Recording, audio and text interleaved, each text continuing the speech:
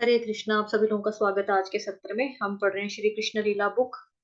और आज का जो हमारा अध्याय है उसका नाम है श्री कृष्ण का मथुरा में प्रवेश। और ये अध्याय नंबर है 41, यानी कि 41वां। और आज एकादशी भी है, तो आप सभी लोगों को चित्रा एकादशी की हार्दिक शुभकामनाएं। और सत्र का आरंभ करने से पहले हम श्री मंगलाचरण से करेंगे। ॐ अज्ञानतिमिरान्धस्य ज्ञानाञ्जनशलाकया चक्षुरुन्मीलितं येन तस्मै श्रीगुरुवे नमः। श्रीचैतन्यमनोभीष्टं स्थापितं येन भूतले स्वयं रूपः कदा मह्यं ददाति स्वपदान्तिकम्।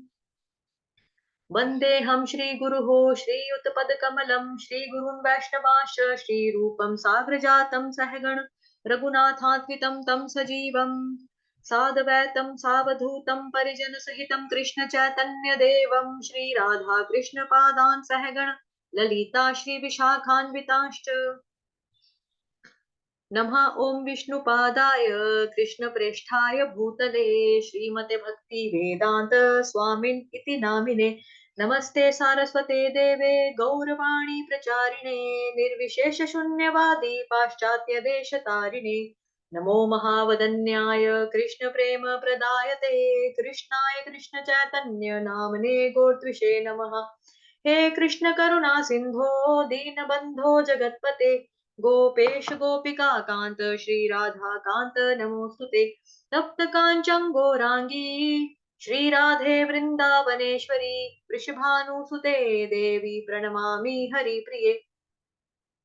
वाञ्छाकल्पतरुभ्यश्च कृपा सिन्धुभ्येव च पतितानां पावनेभ्यो वैष्णवेभ्यो नमो नमः।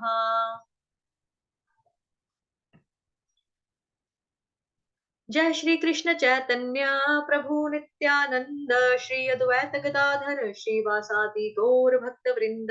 हरे कृष्ण कृष्ण कृष्ण हरे हरे, हरे राम राम हरे हरे।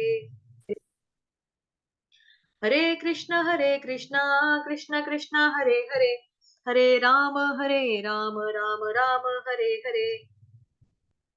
हरे कृष्णा कृष्ण कृष्ण हरे हरे, हरे राम राम हरे हरे। हरे कृष्णा कृष्ण कृष्ण हरे राम राम हरे हरे। हरे कृष्णा। आप सभी लोगों का स्वागत है आज के सत्र में। तो आज का अध्याय जो है उसका नाम है श्री कृष्ण का मथुरा में प्रवेश। जब अक्रूर जी श्री भगवान की स्तुति कर रहे थे, भगवान जल में से उसी प्रकार अंतर ध्यान हो गए जैसे कोई कुशल अभिनेता अपनी वेशभूषा परिवर्तित करके अपने मूल रूप में आ जाता है। विष्णु मूर्ति के अंतर ध्यान होने के पश्चात अपनी शेष पूजा समाप्त करके वे श्री कृष्ण तथा बलराम जी के रथ के समीप गए और आश्चर्यचकित हो गए। श्री कृष्ण ने उनसे पूछा कि उन्हें जल अथवा गगन में किसी अद्भुत वस्तु के दर्शन हुए थे।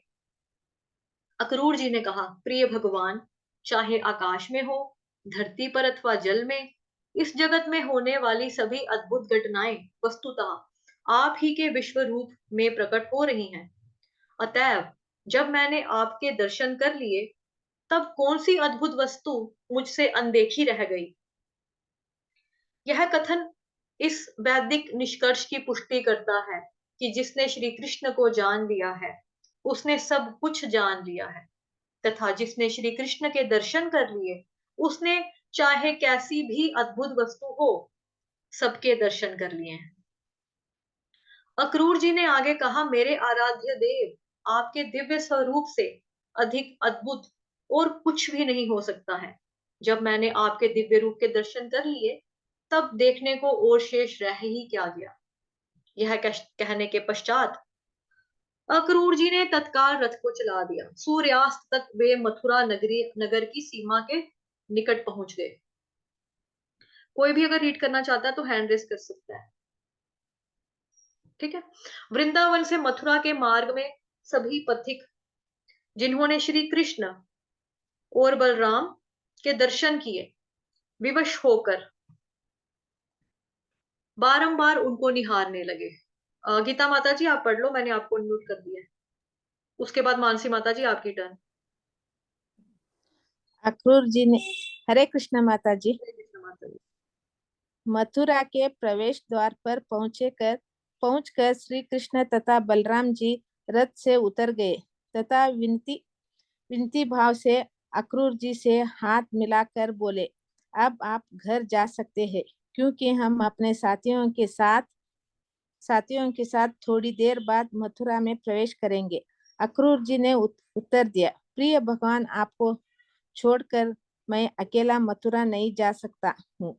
मैं आपके शरणागत दास हूँ। कृपया इस प्रकार मेरे त्याग करने का प्रयास न कीजिए। कृपया आप अपने ज्येष्ठ भ्राता और ग्वाल बाल सखाओं सहित मेरे साथ आकर मेरे घर को पावन कीजिए। प्रिय प्रभु, यदि आप आएंगे तो आपके चरण कमल की रज से मेरा घर पवित्र हो जाएगा।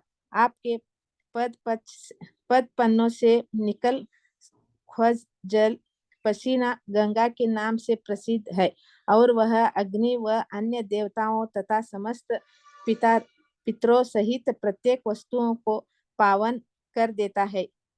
बलि महाराज केवल आपके पद पद पद पन पक, पखार कर प्रसिद्ध हो गए तथा गंगा जल के समर्प के आने आने के कारण उन्हें स्वर्ग लोक में स्थान मिला, और उन्होंने समस्त सांसारिक ऐश्वर्य को भोग किया और अत्यंत अनंत सर्वोच्च तथा देव दुर्लभ भक्ति प्राप्त की। गंगा जल ने केवल तीनों लोक को पावन करता है, अपितु अपितु शिवाजी इसे शिशु पर धारण करते हैं। भगीरथ के पूर्वज इस जल से पवित्र होकर स्वर्ग लोक को सिधारे सिधारे है। देवताओं के आराध्य देव से समस्त ब्रह्मांड के स्वामी आपकी दिव्य लीलाओं के श्रवण मात्र से मनुष्य शुद्ध हो सकता है। हे परम नारायण, जिनके स्तुति उत्तम श्लोक से की जाती है, मेरा आपको कोटि कोटि प्रणाम है। यह सुनकर श्री कृष्ण ने उत्तर दिया, अक्रूर जी, यदुवंश से द्वेष रखने वाले सभी असुरों का वध करने के उपरांत मैं अपने ज्येष्ठ भ्राता बलराम जी के साथ अवश्य ही आपके घर आऊंगा। इस प्रकार मैं अपने सभी संबंधियों को प्रसन्न करूंगा। श्री भगवान के इन वचनों को सुनकर अक्रूर जी किंचित निराश हो गए, किंतु वे भगवान की आज्ञा का उल्लंघन नहीं कर सके। अतः अतः ये उन्होंने मथुरा में प्रवेश किया और कंस को श्री कृष्ण के आगमन की जानकारी देने के पश्चात अपने घर चले गए। अक्रूर जी के प्रस्थान के पश्चात श्री कृष्ण, बलराम जी तथा ग्वाल बालों ने नगर दर्शन के हेतु मथुरा में प्रवेश किया। उन्होंने देखा कि मथुरा से निश्चित द्वार निर्मित या तथा उसके गोपुर द्वार शुद्ध शुद्ध कट्टन से बने थे।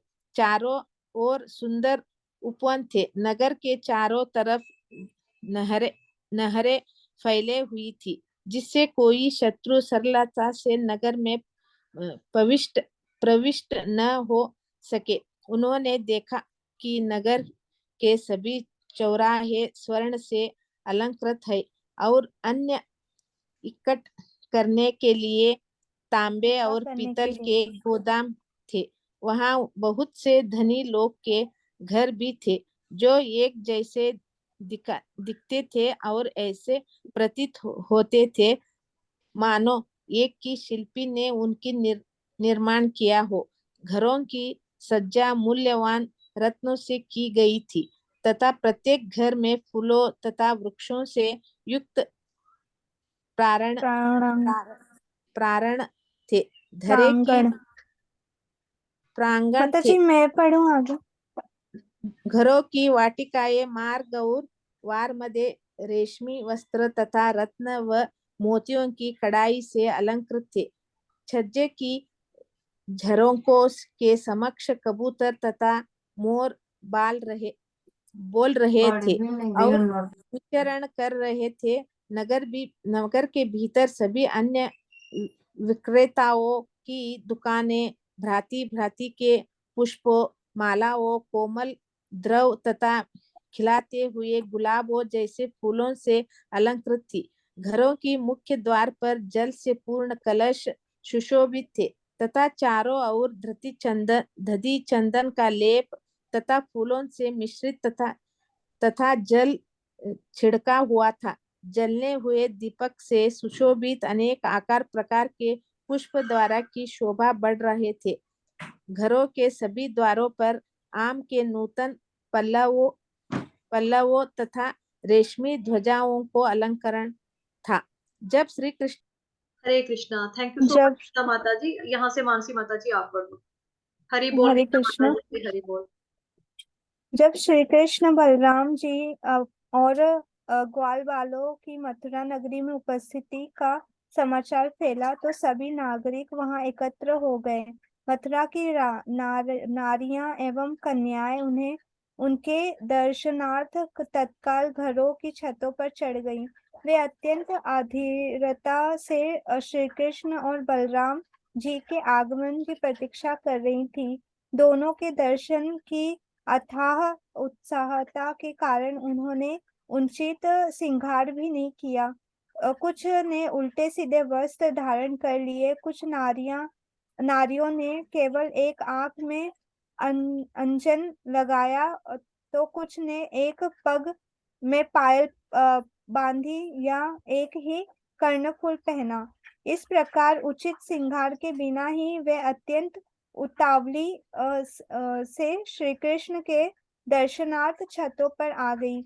उनमें से कुछ भोजन कर रही थी किंतु श्री कृष्ण और बलराम जी के नगर में आने का समाचार सुनकर वे अत्यंत माता जी थोड़ा ऊपर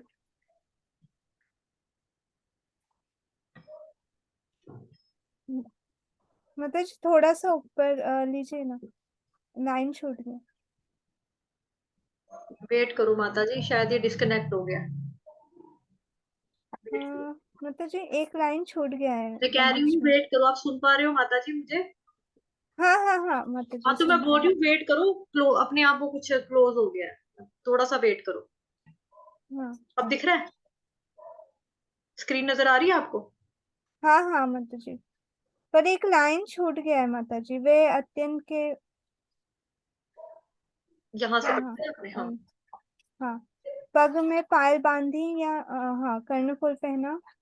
उनमें से कुछ भोजन कर रही थी किंतु श्री कृष्ण और बलराम जी के नगर में आने का समाचार सुनकर वे भोजन त्याग कर अटरियों पर चढ़ गईं। कुछ युवतियां स्नान घर में स्नान कर रही थी। वे स्नान समाप्त किए बिना ही श्री कृष्ण तथा बलराम के दर्शन को चली आईं। कुछ अपने शिशुओं को स्तनपान करवा रही थी किंतु उन्होंने अपने शिशुओं को एक ओर रख दिया और श्री कृष्ण तथा बलराम को देखने चली गई। मंथर गति से जाते हुए स्मित मुख श्री कृष्ण ने तत्काल उनका मन हर लिया। लक्ष्मी के पति श्री कृष्ण उन बाजार में गजराज के भांति चल रहे थे। दीर्घ काल से मथुरा की नारियों ने श्री कृष्ण एवं बलराम जी तथा उनके असामान्य लक्षणों की चर्चा सुनी रखी थी। वे उनके प्रति बहुत आकर्षित थी तथा दर्शनों के लिए उत्सुक थी। अब जब उन्होंने प्रत्यक्ष रूप से बाजार में जाते हुए मधु मुस्कान से युक्त श्री कृष्ण एवं बलराम जी के दर्शन किए तो उनके भाव तीर के की समान न रही। और जब उन्होंने अपने नेत्रों से उनके प्रत्यक्ष दर्शन किए तो दोनों को अपने हृदय में ले जाकर अपने मनोभिलाषा के अनुसार उनका आलिंगन करने लगी। हर्ष से उन्हें रोमांचक हो आए। उन्होंने श्री कृष्ण के विषय में श्रवण कर रखा था किंतु उनके दर्शन नहीं किए थे। अब उनकी लालसा तृप्त हो गई थी। मथुरा के प्रसादों की अटारियों पर चढ़कर प्रसन्नचित्त स्त्रियां श्री कृष्ण और बलराम जी पर पुष्प वर्षा करने लगी। जब वे बंधु गलियों में से जा रहे थे, तो पास पड़ोस के सभी ब्राह्मण पुष्प और चंदन लेकर बाहर आए और आदर पूर्वक नगर में उनका स्वागत किया। मथुरा वासियों को आश्चर्य हुआ कि वृंदावन के ग्वालों ने पूर्व जन्मों में कितने पुण्य किए होंगे, जिनके फलस्वरूप ग्वाल बाल के रूप में वे श्री कृष्ण और बलराम जी की नित्य प्रति दर्शन करते हैं। Hare Krishna. Thank you so much Mansi माता जी, वेरी गुड। चांदनी माता जी, आगे आपने इच्छा जताई है बोलने की, यहाँ से आप करें।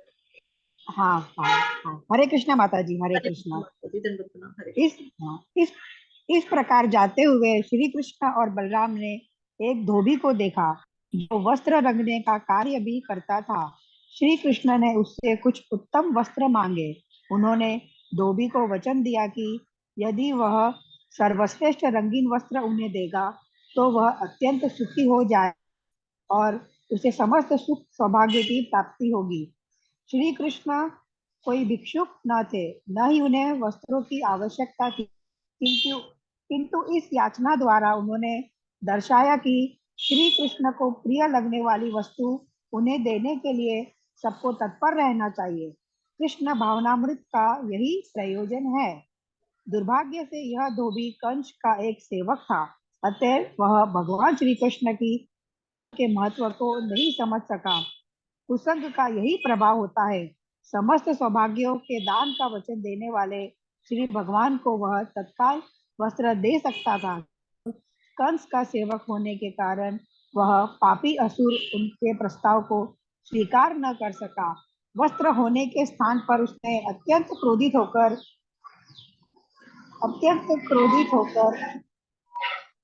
और प्रभु की मांग को अस्वीकार करते हुए कहा, किस प्रकार राजा के निमित्त रखे हुए वस्त्रों की मांग कर रहे हो। तदुपरांत वह धोबी श्री कृष्ण और बलराम जी को उपने लगा, अरे बालकों, भविष्य में राजा की वस्तुओं को मांगने का दुस्साहस कभी मत करना, अन्यथा राजकीय कर्मचारी तुम्हें दंड देंगे। वे तुम्हें बंदी बनाकर दंडित करेंगे और तुम कठिनाई में पड़ जाओगे। इस तथ्य का मुझे व्यावहारिक अनुभव है। जो कोई भी अनधिकृत रूप से राजा की संपत्ति का भोग करना चाहता है, उसे अत्यंत कठोर दंड मिलता है। यह सुनकर देवकी नंदन श्री कृष्ण धोबी पर अत्यंत कुपित हो गए और अपनी भाग हाथ से प्रहार करके उसका सिर उसके धड़ से अलग कर दिया। वह धोबी प्राणहीन होकर भूमि पर गिर पड़ा। इस प्रकार श्री कृष्ण ने ब्रह्म संहिता के इस कथन की पुष्टि कर दी। उनके शरीर का प्रत्येक अवयव उनकी रुचि के अनुसार प्रत्येक कार्य करने में समर्थ है। उन्होंने बिना कृपाण के मात्र अपने तमाचे से धोबी का सिर काट दिया। यह भगवान की सर्वशक्तिमत्ता का प्रमाण है। यदि वे कुछ करना चाहते हैं तो वे बिना किसी ब्रह्म सहायता के कर सकते हैं। इस भयानक घटना के पश्चात उस धोबी के कर्मचारी वस्त्र वही छोड़कर इधर उधर चले गए। श्री कृष्ण और बलराम जी ने वस्त्रों को अधिकार में कर लिया और अपनी रुचि के अनुसार उन्हें धारण कर लिए। शेष वस्त्र उन्होंने ग्वाल बालों को दे दिए, जिन्हें उन्होंने अपनी इच्छा अनुसार पहन लिया। जिन वस्त्रों का उन्होंने उपयोग नहीं किया, वे वहीं पड़े रहे। तदनंतर वे सब मुख्य एक पद के आगे बढ़े। उसी दिन दर्जी ने सेवा का सुअवसर पहचान कर श्री कृष्ण और बलराम जी के लिए उस वस्त्र में से उत्तम वस्त्र बनाए। इस प्रकार उत्तम वस्त्रों को धारण करके श्री कृष्ण एवं बलराम जी शुक्ल पक्ष की पूर्णिमा के दिन रंगीन वस्त्रों से सज्जित गजराजों के समान शोभायमान हो रहे थे। श्री कृष्ण उस दर्जी से अत्यंत प्रसन्न हुए और उसे सारूप्य मुक्ति का वरदान दिया। इसका अर्थ है कि इस देह इसका अर्थ है कि इस देह को त्यागने के उपरांत वह मुक्त हो जाएगा और वैकुंठ लोक में उसे ठीक चतुर्भुज नारायण जैसा शरीर प्राप्त होगा। उन्होंने को यह भी वर दिया कि जब तक वह जीवित रहेगा इंद्रिय तृप्ति का आनंद उठाने के योग्य रखेगा। इस घटना से श्री कृष्ण ने यह प्रमाणित किया कि कृष्ण भावना भावित भक्त इंद्रिय भोगों अथवा भौतिक सुखों से वंचित नहीं रहते। उन्हें इन सब के लिए पर्याप्त अवसर मिलेगा, किंतु इस जीवन का अंत होने पर उन्हें वैकुंठ लोक, कृष्ण लोक अथवा गोलोक वृंदावन में प्रवेश करने की अनुमति मिलेगी। उत्तम वस्त्र धारण करने के पश्चात श्री कृष्ण एवं श्री सुदामा नामक एक माली के पास गए। जैसे ही वे माली के निकट पहुंचे, उसने अपने घर से बाहर आकर उनके चरणों में गिरकर अपना दंडवत प्रणाम अर्पित। उसने श्री कृष्ण एवं बलराम जी को उत्तम आसन दिया और अपने सहायक को चंदन का लेप, पुष्प एवं सुपारी लाने को कहा। माली के स्वागत से श्री कृष्ण अत्यंत संतुष्ट हो गए। मालिक ने अत्यंत विनम्र तथा विनीत भाव से की प्रार्थना की। उसने कहा, प्रिय भगवान, मेरे गृह में आपके पदार्पण से मेरे पितर और मेरे सभी पूज्य गुरुजन अत्यंत प्रसन्न हुए हैं और तर है। हे प्रभु, इस भौतिक सृष्टि के सभी कारणों के आप परम कारण है, किंतु पृथ्वी। Hare Krishna. Thank you so much माता जी। हरि बोल। आगे से मैं पढ़ लेती हूँ। किंतु पृथ्वीवासियों के कल्याण के लिए तथा अपने भक्तों की रक्षा एवं असुरों के नाश के लिए आप स्वांश सहित यहाँ अवतरित हुए हैं। समस्त जीवात्माओं के मित्र के रूप में आप सभी पर संभाव रखते हैं। आप परमात्मा हैं और आप शत्रु एवं मित्र में भेद नहीं करते हैं। फिर भी आप भक्तों को उनकी भक्ति का विशेष फल देने के लिए तत्पर रहते हैं। प्रिय भगवान, क्योंकि मैं आपका नित्य दास हूँ, अतः मैं आपसे प्रार्थना करता हूँ कि आप मुझे अपनी सेवा का अवसर दें। यदि आपने मुझे अपनी सेवा का अवसर दिया तो यह मेरे ऊपर महान अनुग्रह होगा। सुदामा माली श्री कृष्ण और बलराम जी को अपने घर में आया देखकर अपने मन में अत्यंत प्रसन्न था। अतः अपनी मनोकामना पूर्ण करने के लिए उसने भांति भांति के पुष्पों से 2 अति सुंदर मालाएं बनाई और उन्होंने भगवान को अर्पित किया। उसकी सच्ची सेवा से बलराम और श्री कृष्ण दोनों ही आध्यात्मिक प्रसन्न हो गए। श्री कृष्ण ने माली के प्रति कृतज्ञता प्रदर्शित की और उनको वर दिया। वे सदैव ही शरणागत आत्माओं के प्रति वात्सल्य भाव प्रकट करने तथा उन्हें वर देने के लिए तत्पर रहते हैं। जब माली से वर मांगने को कहा गया तो उसने भगवान से प्रार्थना की कि वे उसे अनंत काल तक भक्ति में अपना दास बना रहने दें, जिससे कि इस सेवा से वह सभी प्राणियों का कल्याण कर सके। इससे इस बात से यह स्पष्ट है कि कृष्ण भावनामृत में भगवान के भक्त को भक्ति में केवल अपनी ही प्रगति से संतुष्ट नहीं होना चाहिए, अपितु उसे दूसरों के कल्याण करने के लिए कार्य भी करने चाहिए, कार्य करने के इच्छुक भी रहना चाहिए। वृंदावन में षड गोस्वामियों ने इसी उदाहरण का अनुसरण किया था, अतएव उनकी स्तुति में भी कहा गया है लोका नाम हितकारिणो। लोका नाम मतलब जो अन्य लोगों के हित के लिए कार्य करते हैं, लोका नाम हितकारिणो यहाँ पे, ठीक है, ये चीज लोका नाम हितकारिणो। वैष्णव अथवा भगवान के भक्त स्वार्थी नहीं होते हैं।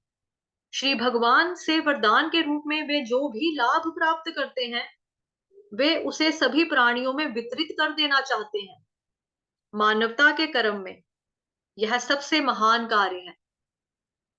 माली से प्रसन्न होकर भगवान श्री कृष्ण ने ना केवल उसे इच्छित वर दिया, अपितु उससे कहीं अधिक उसे समस्त संसारिक ऐश्वर्य, परिवार की संपन्नता, दीर्घ जीवन तथा और भी भौतिक संसार में जो कुछ प्राप्त करने की उसके हृदय में अभिलाषा थी वह सब उसे प्रदान किया।